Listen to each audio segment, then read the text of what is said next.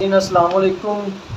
अज का साडा छोटा जिहा मुख्तसर जिहा किस्सा कि जिहदे विच असी इंसानियत के बारे गल करते हैं। कहंदा कि कोई है जो मेरे नाल भी मुहब्बत करदा है कि आसमान तो रहमत का मींह वरस रहा है। एक मजजूब इश्क व मस्ती की हालत विच बाजारों लंघ रहा ते दुध जलेबियां वाली दुकान के कोलों लंघ रहा सी कि उतों लंघदियां ही उन्हें ख्याल आया कि चल झट दी झट इस जलेबियां वाली भट्ठी के कोल बैठ के मैं अग सेक लवां। सर्दियों के दिहाड़े सन तो चुपचाप ही उस भट्ठी के कोल बह गए तो दुकानदार ने सर्दी विच मजदूब की यह हालत वेखी ते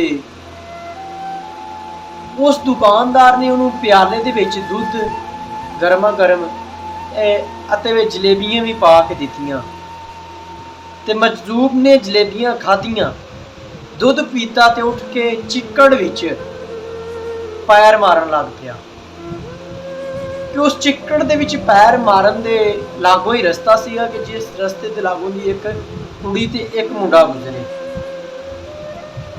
कि जवान मुंडे नूं इस लत्तां मारन दी वजह तो छिटे पै गए।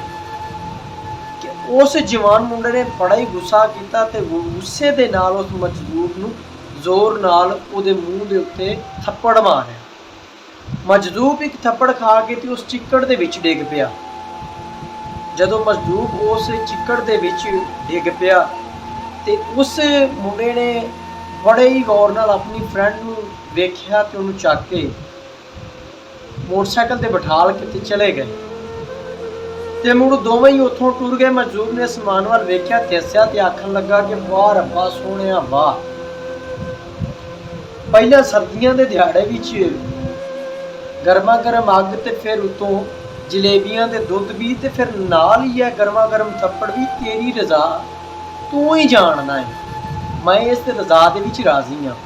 वो दोवें कुड़ी ते मुंडा उस थां तो टुरदे टुरदे नज़दीकी फ्लैट दीयां पौड़ियां चढ़दे पए सन कि कुछ ही पौड़ियां चढ़ियां तो उस मुंडे दी पौड़ियां चढ़दियां चढ़दियां पैर तिलक गया तो वह पौड़ियां तो रिड़दा रिड़दा ही बाहर सड़क ते आ पिया तो उसका सिर फाड़ गया सी। लहू के फवारे वगन लग पे।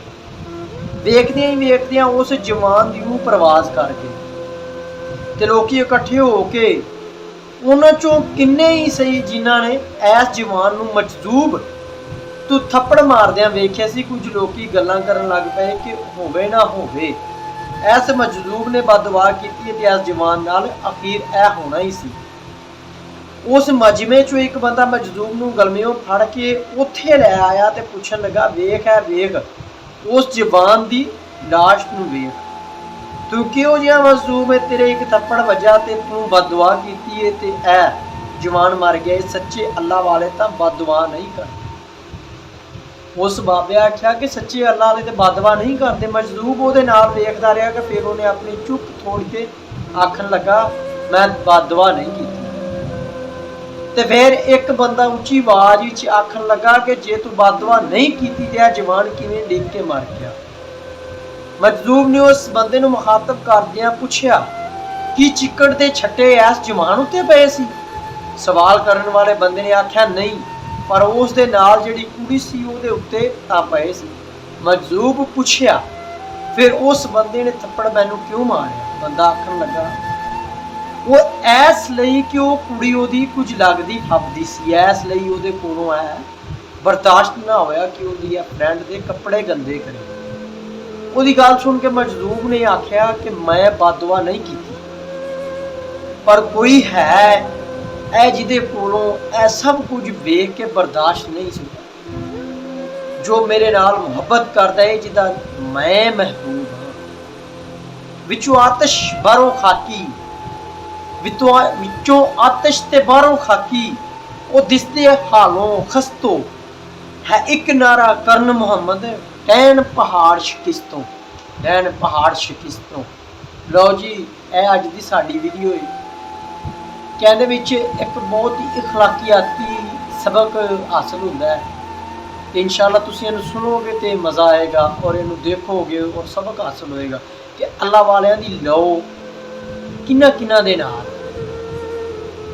ਬਾਕੀ ਸਭ ਲਵ ਯੂ ਜੀ।